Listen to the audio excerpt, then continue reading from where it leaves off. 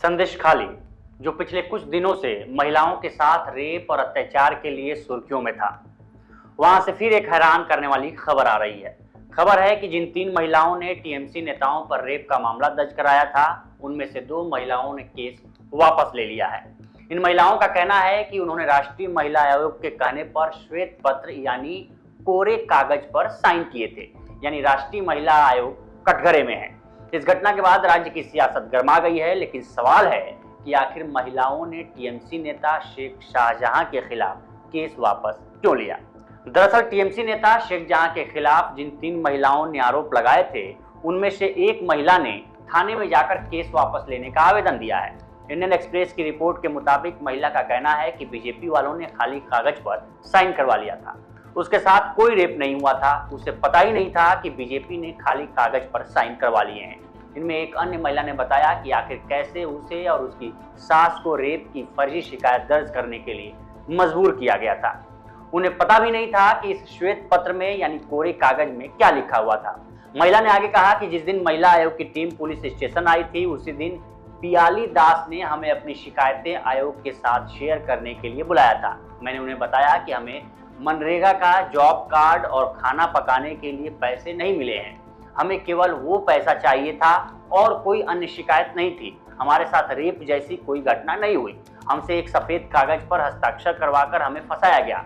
ठीक इसी तरह का बयान 2 अन्य महिलाओं ने भी दिया है। उन्होंने कहा है कि उनसे भी सफेद कागज पर दस्तखत करवाकर रेप की झूठी शिकायत दर्ज करवाई गई है।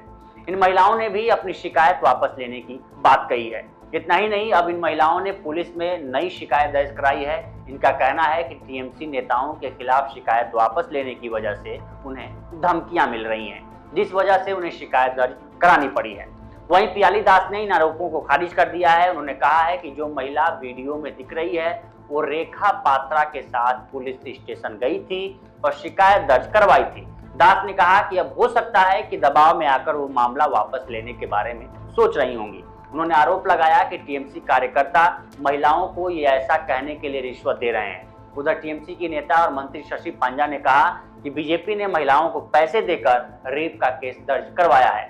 कईयों से तो सफेद कागज पर साइन करवा लिए गए हैं। वे महिलाएं अब थाने में जाकर मामला वापस ले रही हैं। इंडियन एक्सप्रेस की एक रिपोर्ट के मुताबिक टीएमसी नेता शशि पांजा ने उस वीडियो का जिक्र भी किया है जो कुछ दिनों पहले वायरल हुआ था। वायरल वीडियो में दावा किया गया था कि बीजेपी ने इस पूरे मामले की योजना बनाई थी।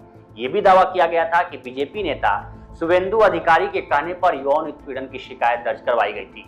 टीएमसी की नेता और मंत्री शशि पांजा ने यह भी कहा कि बीजेपी ने महिलाओं को पैसे देकर रेप का केस दर्ज करवाया है। कईयों से तो सफेद कागज पर साइन करवा लिए गए हैं। वे महिलाएं अब थाने में जाकर कह रही हैं कि हम केस वापस लेना चाहते हैं। वहीं बीजेपी सांसद समीक भट्टाचार्य ने भी टीएमसी के आरोपों को नकारा है।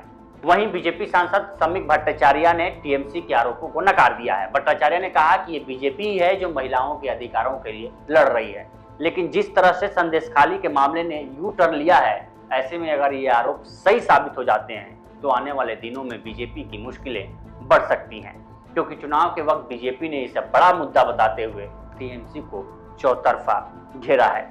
फिलहाल इस रिपोर्ट में इतना ही। बाकी देश दुनिया की तमाम खबरों के लिए बने रहिए लोकमत हिंदी के साथ। नमस्कार।